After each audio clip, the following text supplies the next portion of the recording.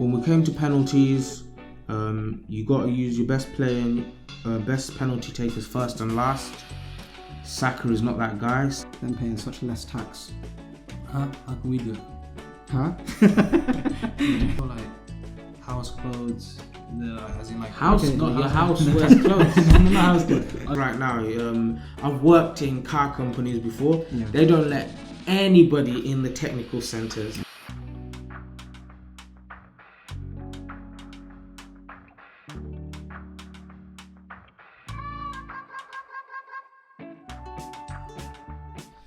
What's up, guys? We're back here again on the Level Up podcast.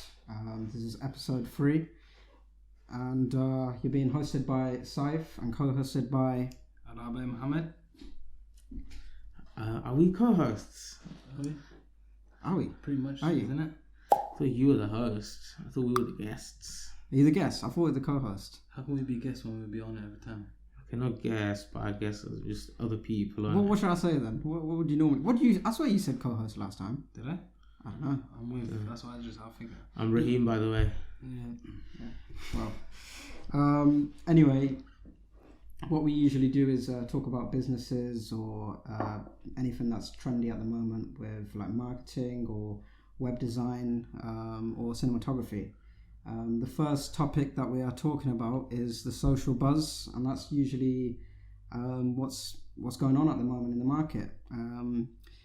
So the first topic of discussion is following the abuse on social media with the Euros that recently happened in the game. What are your thoughts on the whole social media racism, comments and things like that? I think it's just disgusting, bro. Yeah. Do you know what I mean? What else there to say? But it's unacceptable. I believe social media platforms have been under fire for not doing enough to get rid of the comments and everything. Mm-hmm. Do you feel like they could have done a lot more to get rid of, racist comments and ban the accounts? Banning accounts and stuff. Yeah. I mean, firstly, I did hear that Boris Johnson basically put out recently that he's going to try and fine people up to 10% of their revenue for all these social media companies if they don't actually, get a hand on this issue. I don't know how they're going to do it. Obviously, social media is massive, right? Yeah. And scouring through millions and millions of comments. How many troll accounts is there as well? Yeah, the only way I see they can do it is through software, right? The issue with software is it could pick up on certain words, certain emojis, but it can also, have a part where it picks up on stuff and blocks stuff or shadow bans people when they're using certain stuff in other terms. Yeah. In other scenarios, so it might not particularly be hate. For example, the monkey emoji. So somebody else could be using that for something else, just being cheeky or whatever. Yeah. But obviously that is very offensive in context to what happened in these scenarios with Saka, Rashford and Sancho. So in that scenario, that account needs to be banned or deleted. But in another scenario where that's used, there's no problem with it. So how does software tell the difference between that and that? I don't know. Maybe AI needs to get involved. Maybe that's in the future. But currently, would you say manual checking? You can't do that. You can't. Too many. They can't manually block millions of comments. I believe we as a community and everyone else should, work together and just blocking other accounts and reporting them and everything. Oh yeah, definitely. I think that would push it a lot more than what the company can do itself, because obviously, like you said, it's such a big platform. If we're the main users of it and we see that, then we should obviously report, and which we obviously do, but it needs to happen a lot more. I believe a lot of people just are, they're not silent. They're just silent. Yeah, exactly. Silent. Whenever we see things, we share it with each other and say, "Yo, block this account straight away," or just report it and try and get them off this platform. Yeah. But yeah, I mean, maybe the AI could probably get better. Who knows? Yeah. Who knows? I think there's another thing here, right? Where basically these people that do this sort of stuff, they're cowards, right? Yeah. They're the worst people because they have to hide behind a facade or hide behind something to give this sort of abuse out. So I've always had an opinion on social media where people should be identified essentially on social media and exposed. 100%. So my thing is, like, I don't think you should have to. I think you should be able to hide your face and your identity if you want to, but I think in the background, Like Facebook needs to do some sort of verification to make sure the user is using that account and hold that information essentially. Firstly, I think that straight away would stop all of this abuse. Yeah. Because when a man knows that if he says something, now his job's on the line, criminal records on the line, everything, then people think before they talk. Do you feel like in that situation, a lot of people feel like it's too sensitive information being there, like you're being tracked? I don't know. I get that. That's why I'm saying not to. It doesn't have to be a thing where verified and then your profile picture has to be your face and I get your full that, name needs to be on the profile. People feel like there's no actual real privacy. I'm being tracked by the platform itself. Yeah, it's like last week's topic of what we were talking about in terms of like the iOS update. Yeah, where people didn't want to be tracked. It's that whole thing of maybe, but then should you not just not be on that platform and accept what the rules are and not be on that platform? I don't know. I'm just thinking in real life, if I don't want a driver's license or I don't want something, I can't just say, oh, don't come check me, police. I want privacy. Leave me alone. Yeah. There has to be, especially because these comments, they're not just, people can't just laugh this off. The type of abuse people are getting, and it's not just for racism. There's so many things. Cyberbullying. You see so much, right? This is what we call the dark side of the internet, right? The amount of benefits the internet has. This is the dark side, and the reason majority of these are out there and thriving so much is because there's no accountability. I think personally, if somebody knows, that it's like normal society, people act normal, but because it's everyone hiding behind a keyboard, people can do whatever they want, and I think that's the issue.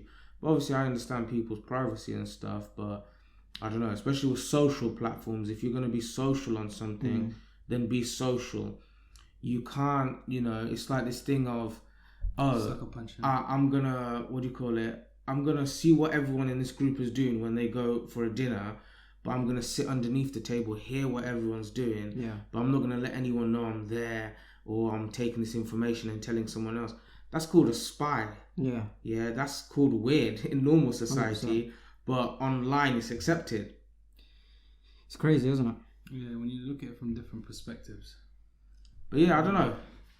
I mean, I definitely think, it's really bad. It's really bad. And if Facebook and Instagram don't do something about it, even if they, like, let's just say identify them or do some sort of verification with like Facebook or Instagram, it just hides the fact that they've still got the racist thoughts in their head. But now you're moving away to a different thing. Yeah, rather than the platform itself. Yeah. That is very true, these platforms can't, fix people being racist on them. What it can do is give protection to people. Yeah. Because just like in normal society, you don't know what people are thinking in their heads, but at least you know that it's not coming out and affecting you mentally and discriminating against you. That's all you can do for now. I mean, if you try and do other stuff, that's called brainwash, and I think you can't do that. I think you have to let people learn their different ways that, racism is not what's needed. 100%. 100%. But what do you think about the actual final game? I think it was good. I'm not a sporty guy personally, but I was very interested in the game. I was just locked on, and I was just sitting there watching the whole thing. And is this on a lighter tone now? I think we played all right. I think when we came to penalties, you got to use your best player and best penalty takers first and last. Saka is not that guy. Being an Arsenal fan, Saka has not taken a penalty before. So why now on the biggest stage, on the final moment of the biggest game, you get a 19-year-old to take it. That's up to Gareth Southgate, and I think that was a poor decision. I think Rashford should have gone last. Yeah. That is your best penalty taker, but you can build up some momentum. I know he missed it, but he would have built some momentum and would have seen on the last shot. Oh, it could have even been done by then. But yeah, I definitely think Sterling should have taken one. Jack Grealish should have taken one. But yeah, we live and we learn. Semi-final in the World Cup, final in the Euros. So Qatar 2020, here we come. We're gonna take it all home. Yeah, good game in general. Okay, following on to the next topic is the topic of the week, and we'll be discussing how Apple only paid 9.2 million over tax, despite them turning over 1.1 billion in the UK alone last year. What's your thoughts on them paying such less tax? How can we do it? Huh? No. None of that. Firstly, I'd like to say it's a segment. Yeah. Yeah, it's not a topic. The topic is not topic of the week. Okay. Yeah, the segment. I'm so new to this, so... Yeah. Everyone, support him in the comment section. It's his first time hosting it, so you're doing a good job so far. Don't worry about that.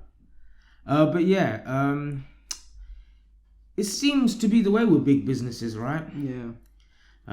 Small businesses take every penny that you can out of them, and big businesses, let somehow them get away with it, don't they? let them do what they need to do, and then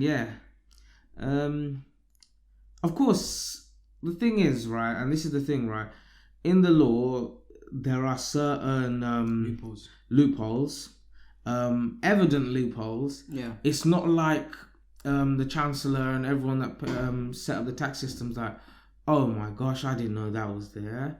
It's not like that. They know that's there, but it's put in such a complicated way that if you don't have access to certain accountants, or you don't have your business structured in a certain way, you don't have access to those loopholes. But it allows a hole for the richer people to get richer, and yeah, it allows a hole for those people not to pay as much tax. The way that I always like to see it is that when they'll say to you, for example, I pay loads of tax. We're the highest taxpayer in the country, right? Yeah. 9 million, or even somebody say like they pay like £100,000 worth of tax, right? But somebody else is paying maybe £4,000 or £5,000 of tax. You have to look at that in terms of the ratio to their wage to how much tax they're paying. Yeah. And yeah, it's 20%. But then when you look at it from Apple's 9 million to how much they earned last year, was it a couple billion?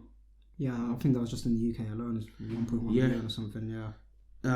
That's not even like one. So or something. You know what I mean? It's too much. Yeah. The percentage is so low.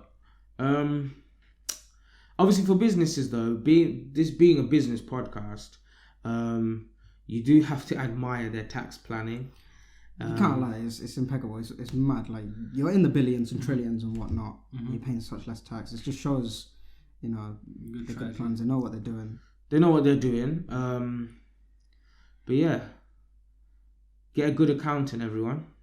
And you know what? You have more money in your pockets. More money in your pockets, so you can at least spend it on the business growing. And further your investment further, rather than if you don't want to pay as much tax.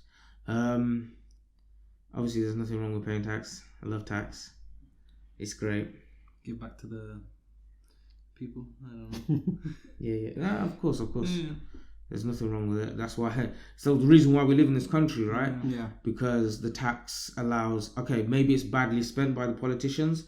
That's a different thing altogether. Yeah. But overall, the reason why we love this country and we live in this country is because all the benefits you get the road lights are on. The roads don't get repaired as much as they need to. Yeah. But if you go to other countries, you'd think it's a duvet. Yeah. So and there's all this stuff. I think obviously we're really hard on ourselves on this country because we just want to improve and want to get better and better and better. Yeah.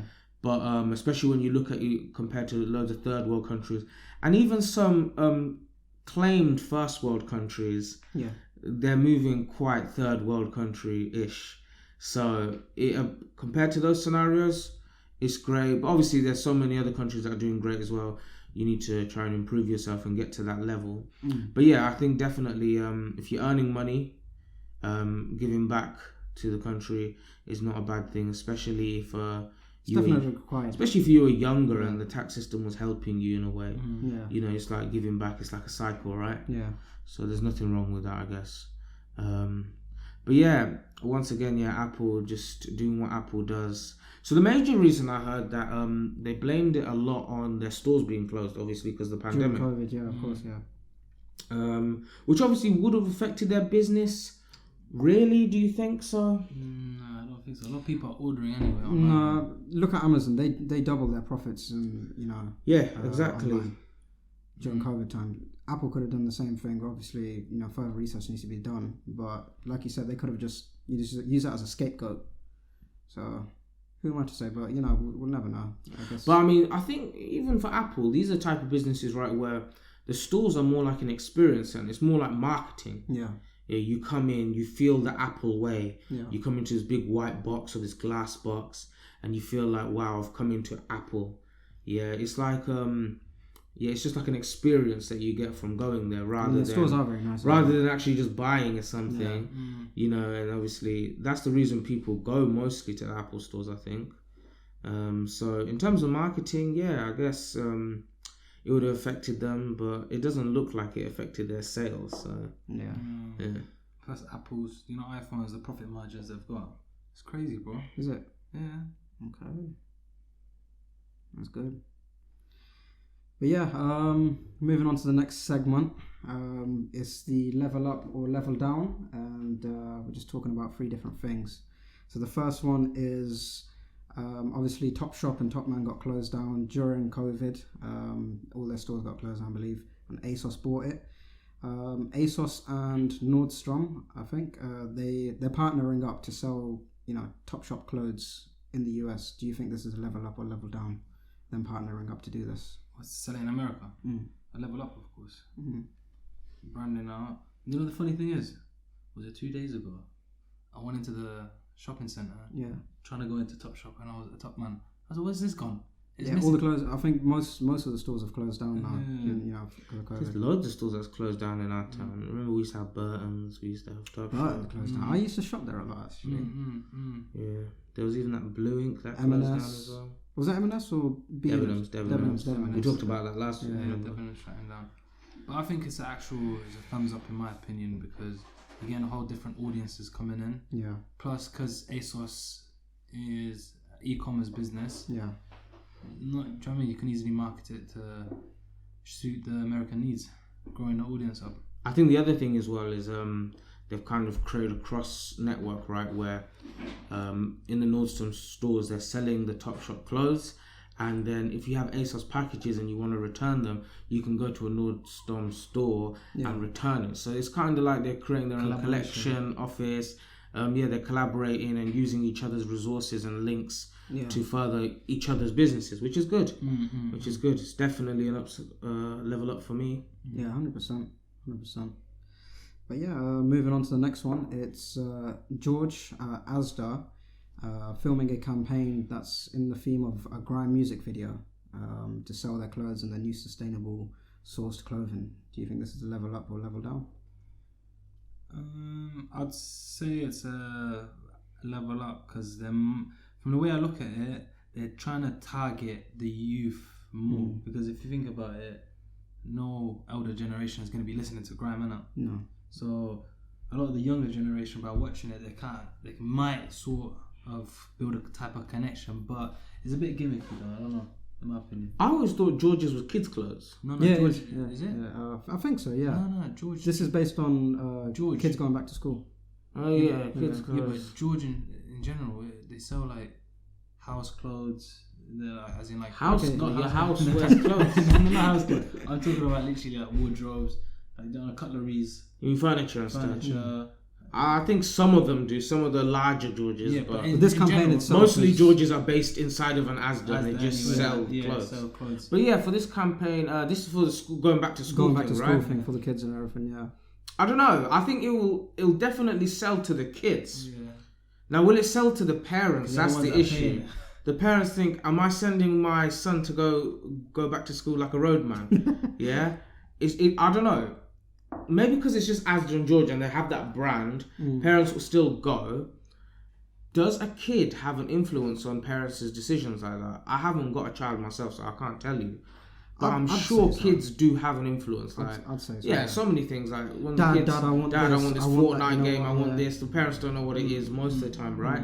So I think they're literally trying to target the kids themselves rather than before. If you'd watch these adverts, they try and target the parent, and it'd be like, get 5 shirts for £10. Yeah. So for the parents, it's like cheap. I can get loads of shopping for him. Now maybe because of the pandemic, they can't use the point of cheapness anymore because the prices of everything have gone Everything's up. just inflating. Yeah. So are they trying to say, okay, if we can't get the parents to come in and what would sell to the parents, kids scream. let's try and direct to their kids.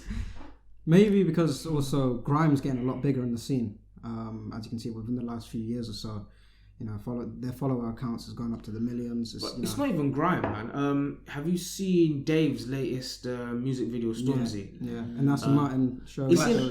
Clash. It's in Aston Martin's development factory. Yeah. I mean, Aston Martin. So Aston, because he's doing a collaboration with Aston. I think he's building a car with them. No, he's got his own car as well. Yeah. So that means Aston Martin are using somebody like Dave, who's not in the grime scene, but I say more in the UK rap scene. He's got a bit of grime history, innit? History, but right now, what would he be classed as? Everything UK really rap? came from grime, but it kind of just transcended. Yeah, we're all transcended into so many drill things. or some sort of rap or anything. But anyway, so yeah, they've got these 2 big stars, and normally big brands like this, they don't really play about with artists and stuff. Yeah. Look at Gucci and stuff. How many people rock their stuff?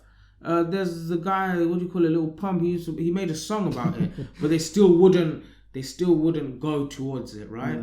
Because I think they wanted to keep their brand, right? Yeah. But it looks like Aston Martin have said no. Let's go to these younger generation, these big, and they went to the right guy. I can't lie to you. If there is one person in the rap game that is so professional, so talented, so well-rounded, and very clever as well, it is Dave. Yeah. And Stormzy's in his the video wordplay as well. is just crazy. That's crazy. He's a great actor, but in general, he seems like a smart guy. You saw his BET, was it, or Brits Award performance? He's like, he knows what he's doing, right? So to bring that person on as an ambassador in the brand, or even let them in, like, I'll tell you this right now. I've worked in car companies before. They don't let anybody in the technical centers. You can't even get your phone out. If you want to take pictures, you got to wear a vest that says camera on the back of it. So for them to allow him to come in and just do a whole music video in there, that means they really trust his image. Good connection. And very, very good. They're trying to really build something with him. I definitely think. But yeah, man, especially for me, us guys, right? We're probably the younger generation now, looking in the next 3 to 5 years to buy something really nice car-wise, right? Right now, in my head, Aston Martin's at the bottom of my list. I think it's an old man's car. When I get a bit older, I might look at it's more of a it's more of a Bond type car.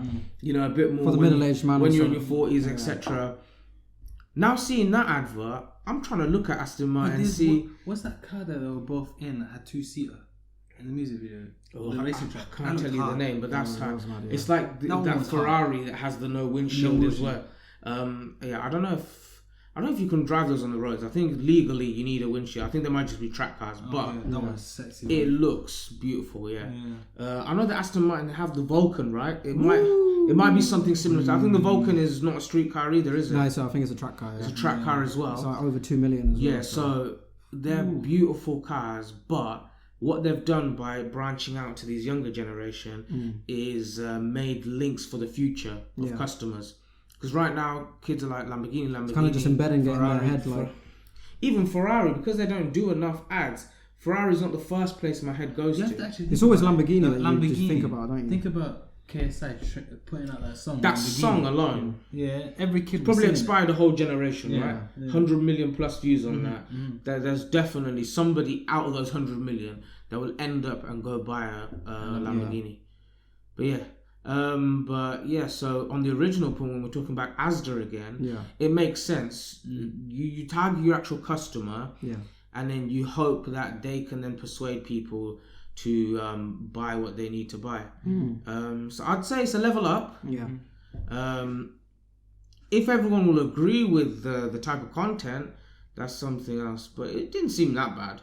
It seemed alright. It was a very friendly version. So yeah, there's nothing wrong with that. Just more positive vibes with just.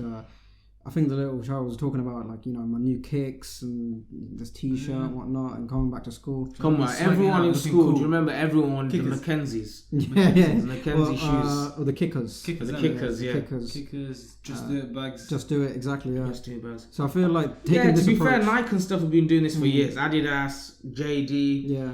They've been doing adverts like this even for Christmas. They do the Christmas theme tune in like some grime version. Yeah. You know what I mean? So yeah, people have been doing this, It does work. 100%. I'd say it's a level up for me as well. Yeah. But yeah. Moving on to the next one. It's Wrigley's Extra Chewing Gum partnering up with Love Island and making a animated ad for that real-time ad. Is that a level up or a level down? In my opinion, that's a definitely levels up. Because they're using the current thing that's happening now to kind of emotionally connect people to the product. Yeah. So Love Island, the show's on right now, isn't it? It's on right now, it's active. It's got a big hype. So when people are watching it, it's got a connection. Do you know what I mean? There's that emotional. When you sell stuff, you like to sell an emotion, not technical. You want to connect with them, basically. You want to connect. So when you're selling like a jacket, don't sell the technical what material is made out of. Sell if it's winter time, that will keep you warm. Season based and everything. You know what I'm saying? So in that type of scenario of them using Love Island, I think is good. It's a very good thumbs up for me. What about your thoughts? So I think I do. Yeah, like you said, the main thing that I like about it is the type of advert, right? So I like that it's responsive adverts rather than something preset from ages ago. Those type of adverts, they obviously are in between the shows, right? Yeah. So in advert breaks and stuff. I think what it does two things. Yeah. So basically, at first, it provides meme content. Yeah. Everyone loves memes. That can go on social media. That can get shared around. It's funny, and secondly, it's just continuously backing the brand. You keep on getting your name out there. Wrigley Mint. It's gonna keep on. Is it extra Mint or Wrigley? I think it was Wrigley's Extra or something like that. Okay, I think it's the same company, isn't it? So it'll keep on showing it. I mean, they've been doing this for years. Like, what's it called? Just Eat. They were always doing it when it comes to Britain's Got Talent. They'd get people to upload like videos. They'd show it during the break times. Just that interactive content, so it makes people want to get involved. It's memes and it's getting their brand out there, so what is there to hate about that? A very clever idea, rather than just having a set advert. And set adverts can get people in trouble, because say if you've made an advert, right, for example, you made an advert like it's coming home, right? Now that advert is already prepaid and you've already planned it for that time, and now they just lost in the penalty shootout like they did, and the next advert you see come on is that one. It's gonna get people angry. Like you just you mugging me up. That's something on the TV. You might even with football especially. People get so passionate. Have you not seen them Chinese guys smacking chairs on the TV? People get so passionate they might just be like, no, not eating Domino's ever again. Do you know what I mean? No, it wasn't Domino's, by the way, guys. I'm just saying an example. But it's just So I think these interactive, responsive ads are so much better. Definitely level up for me. Especially because Love Island is obviously a dating type of reality type of show. No one wants bad breath, of course. Of course, just partnering up kissing with that. Someone with a bad breath. Are you mad? It's not the one. But at the same time, do you know the way they did the animation as well was good as well? Yeah. The whole video itself. Yeah. Didn't be like texting on the phone and everything. Yeah, you definitely have to give it to the marketing team that did that. They definitely thought about how can we have this clip be used whatever the scenario is, be able to use this clip. They left the correct points where they can add text and add the meme and stuff, and they had the right message in there. It's perfectly designed, and thumbs up. It allows them to make it in what hours was it? I think it was a couple of hours or half an hour or something. They can quickly just roll one over, which is good. 100%. So both level up from you guys. Perfect. Following on to the next segment is the agency accelerator. Is basically just a random topic on if a business is having some sort of trouble, what we can just say, what would help their businesses and to excel, I guess. So basically, the business is a small dealership company that's struggling to manage clients. They're struggling to take bookings and everything. How can we accelerate them? So they're trying to get more customers. I guess so. Yeah. You didn't say that. You said they're struggling. Take clients and book them in. They're doing it through the traditional methods of just taking it through a phone call. In terms of marketing, how would you say that could help them? I could say in the way of increasing their audiences and getting a better target audience in. I'd literally say being specific on your target audience and creating different AdSense. So, for example, imagine you do an ad. So, let me get a top. But to be fair, he wasn't saying that. They've already got businesses. They already got customers coming in. They already got customers. Yeah, they're already established. They're struggling to manage those customers. So I think that's a question for me. Yeah. Personally. Okay. Let's move over to you then. So in terms of a web thing, right?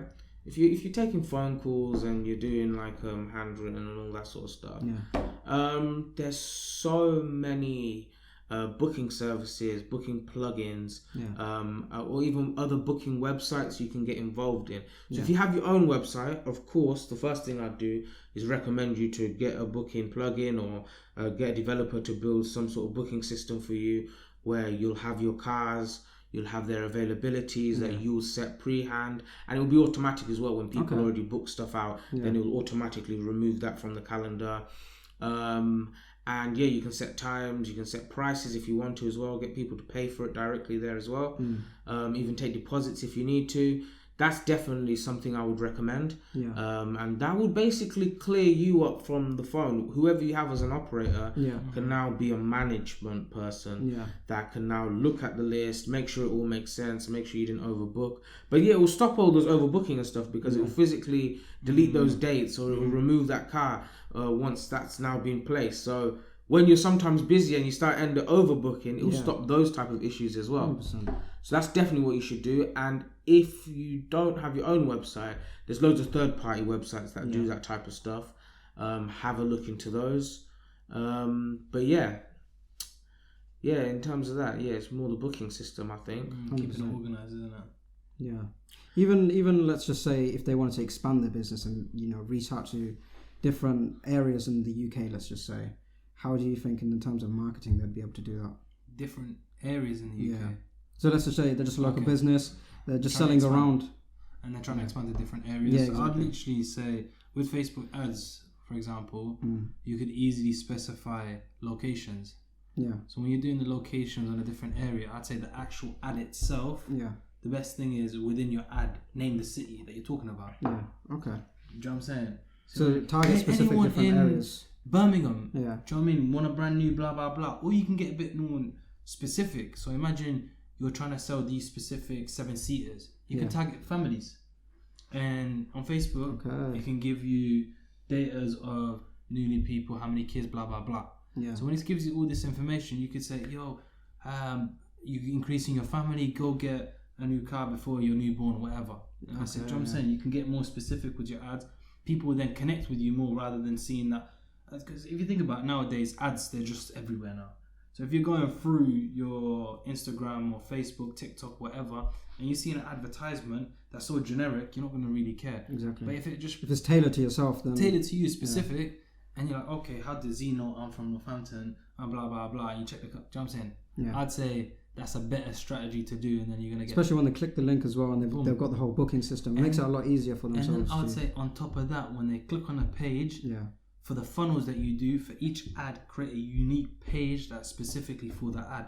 So if it talks about Northampton, on that page they click on, put the title as anyone look, Northampton in there. Look at this brand new. They get a better connection with the person. It's all about the experience of people going through the whole funnel. They'll turn into a returning customer. Next time they want to get a car, they'll come back to you. So that's what I'd say. Okay. Good information from yourselves, both of you. But I'd say, we're coming to the end of the podcast. It's been a great conversation, wouldn't you say so? But yeah, if you haven't already subscribed to your YouTube channel, please subscribe. Hit the bell notification as well. That way you'll be fully updated on whenever we upload a new video. And yeah, peace out from me. Take care.